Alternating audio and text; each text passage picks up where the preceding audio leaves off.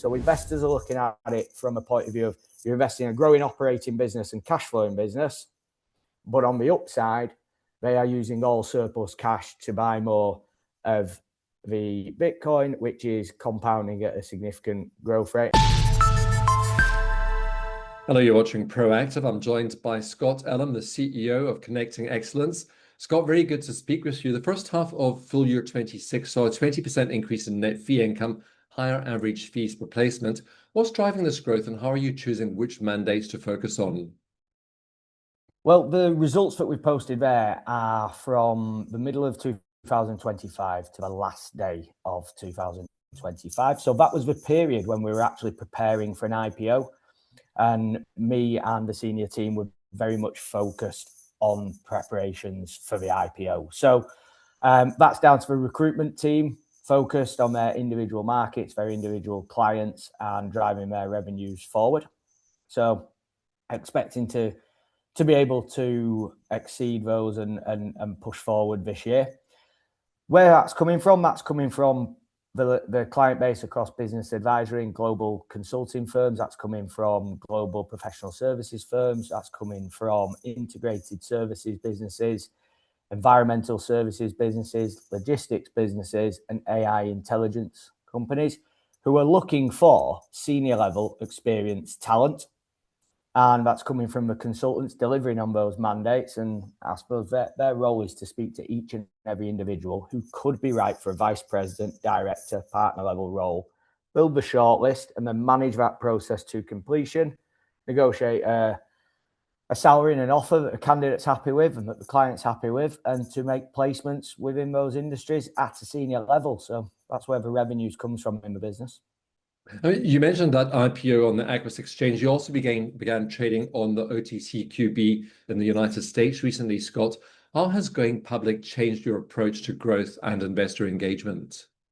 Going public is key to the scalable growth that we are looking for. So by having a public limited status combined with an active Bitcoin treasury strategy and a capital markets team with high expertise and globally recognized, the likes of Richard Byworth, managing a Swiss hedge fund with 5,000 Bitcoin experience, and previously Nomura, the likes of Sam Roberts as the chairman, who was the first person to lead a British pension fund allocation, and the likes of Vijay Selvam, ex-Goldman Sachs, and the likes of Angus Gladish, our CFO, who's prepared main market listings. Combining the capital markets team with the PLC status drives operational revenue growth and cash flows. How does it do that? We're now able to leverage the public status and the strength of our Bitcoin balance sheet and treasury to be able to attract high billing, revenue generating executive recruiters from our direct competitors.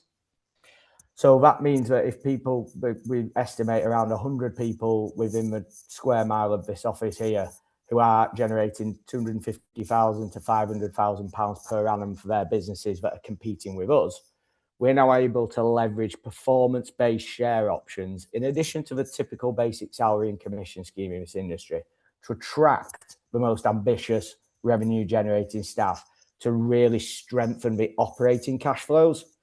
By doing that, it makes the Bitcoin treasury side of the business more attractive to the capital markets.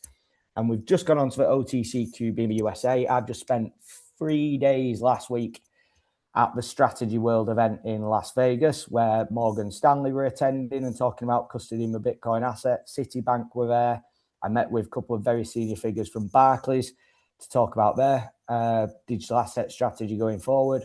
Met with a number of investment banks and venture capital firms who are operating in the Bitcoin treasury sector in the US, who understand the combination that we're putting together here, which is executive recruitment firm and networking, placing people and charging fees essentially with a Bitcoin capital market structure. So it's allowed us to go over to the US to build those relationships with two angles from this point forward. One, investment partners, and two, hiring partners, because there's a demand for talent who understand this space as well. And we've just opened up a division that is able to fulfill that demand.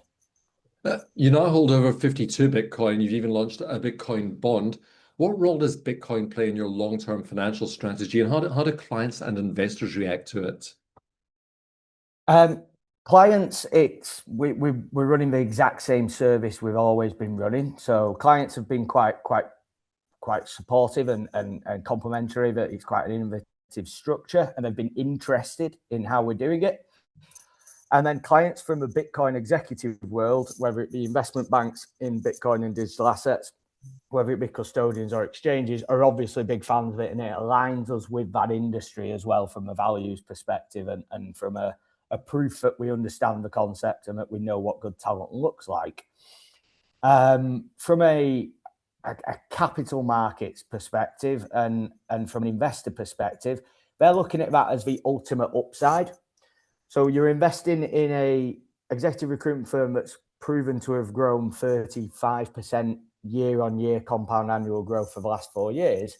We plan to accelerate that growth in the future as a result of this strategy. So investors are looking at it from a point of view of you're investing in a growing operating business and cash flowing business, but on the upside, they are using all surplus cash to buy more of the Bitcoin, which is compounding at a significant growth rate and has been the best performing asset over the last 10 years. And we're able to tap into the capital markets through equity raises, whether in the UK or whether overseas, and we're able to tap into the capital markets with the XE Bitcoin bonds. And ultimately, over the next 3 to 5 years, we want to build a balance sheet that is strategically placed to be low debt or very beneficial debt with minimal downside, such as the XE bonds, and a high amount of Bitcoin on the balance sheet to really strengthen the balance sheet and allow us to not just attract talent, but attract competitor businesses into the group in the future as well. And I suppose they're looking at that as the ultimate option of upside when investing in the operating business. Scott, January marked your strongest month ever for recruitment activity. How do you plan to maintain that momentum, and what should shareholders be looking out for in the coming months? Yeah, well, we came into the 1st of January, the night before New Year's Eve. I don't know if you remember, Stephen, probably not, but on New Year's Eve, we signed our XE Bitcoin bonds, and we also sent an invoice for a senior level placement in the US. So we ended the year on New Year's Eve with 2 significant revenue generating and also bonds being signed on New Year's Eve. We came into January and we exceeded our expectations from a revenue generation point of view with placements at a senior level. So I think that's just we got the IPO out the way in December. Everybody was set, everybody's ready to go, everybody knows what the plan is, and everybody's highly motivated to deliver on that plan. So the kind of placements that we made throughout January, if I just look at them there, we had a US sales director with an AI supply chain intelligence company. We had a UK managing director with a facilities management firm, a US based director with one of the global leading business advisory companies, and a US managing director with a very recognizable professional services consultancy, a vice president in environmental monitoring and compliance and data, and a European account director in IoT data solutions, amongst quite a number of other placements that probably don't sound as grand as those necessarily, but we've made a number of international placements across a number of different markets, completely uncorrelated to Bitcoin.